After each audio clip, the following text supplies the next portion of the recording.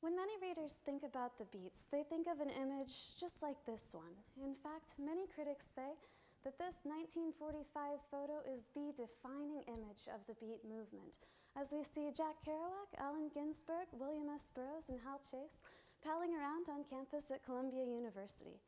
And it's a great picture. But for being the defining image, one thing you will notice is that there are 0 women in this photograph. The Beats are one of the most influential literary communities of the 20th century. In the 50s and 60s, these writers used their books, used their writings to push back against Cold War attitudes of confinement and consensus. They took to the road to find God, to champion the disillusioned, the disenfranchised, the poor, and the lowly across America. But critics commonly recognize the Beats as a boys' club. They characterize them as an alienated group of young men taking to the road, fleeing a static, stable, and square domestic lifestyle. And that's not the whole picture.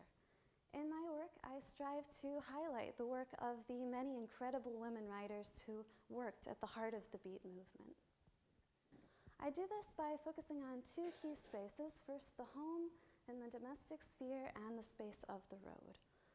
Moving away from the idea of the home and the domestic sphere as a restrictive square space, I emphasize the importance of this setting for salons in New York City and San Francisco, as well as the way in which home life served as inspiration for many of these women writers. The domestic setting was also of critical importance for Beat publishing as well, as many of the women worked on critical Beat magazines and some of the most important journals by hand sewing and hand binding them, sitting at their kitchen tables. To turn next to the road narratives, I think about how this story changes from the archetypal Beat narrative of guys on the road when there is a woman in the driver's seat and a baby in the back. In the case of solo voyage narratives, very frequently these narratives serve as modes of self-empowerment as the writer finds herself to grow more self-reliant through travel.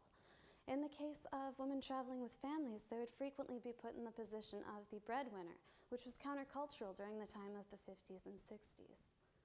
I focus also on the spiritual quest, which is very much at the heart of the Beat movement, as I talk about the Dominican nun who wrote about running away with Allen Ginsberg. Spiritual importance, the spiritual center very much at the heart of the movement. In my work, I hope to bring greater attention to these women writers whose work so greatly deserves it, and ultimately to change the picture. Thank you.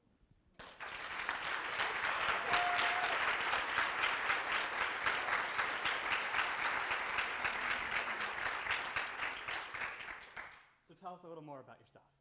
Well, I'm a native Hoosier. I come from Yorktown, Indiana.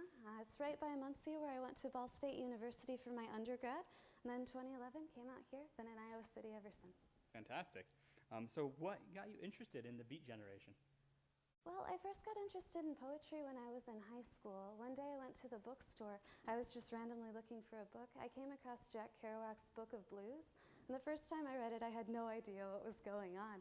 So I read it every day for about a year, and things clicked, and it was fantastic, and I've been with it since.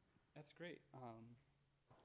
So when you're not working, what do you do? When I'm not working, I like to knit, I like to travel. Do you have a favorite travel destination? Oh, a couple years ago, I had a chance to go to San Francisco, which was really cool. Fantastic. Do you have your favorite knitting project that you've made? Oh, I made a sweater, but it was quite linebacker sized. It wasn't great. So what do you see yourself doing in 5 years? In 5 years, I'd like to continue teaching. I'd like to be writing. I'd like to continue my research. Fantastic. Well, thank you very much. Thank you.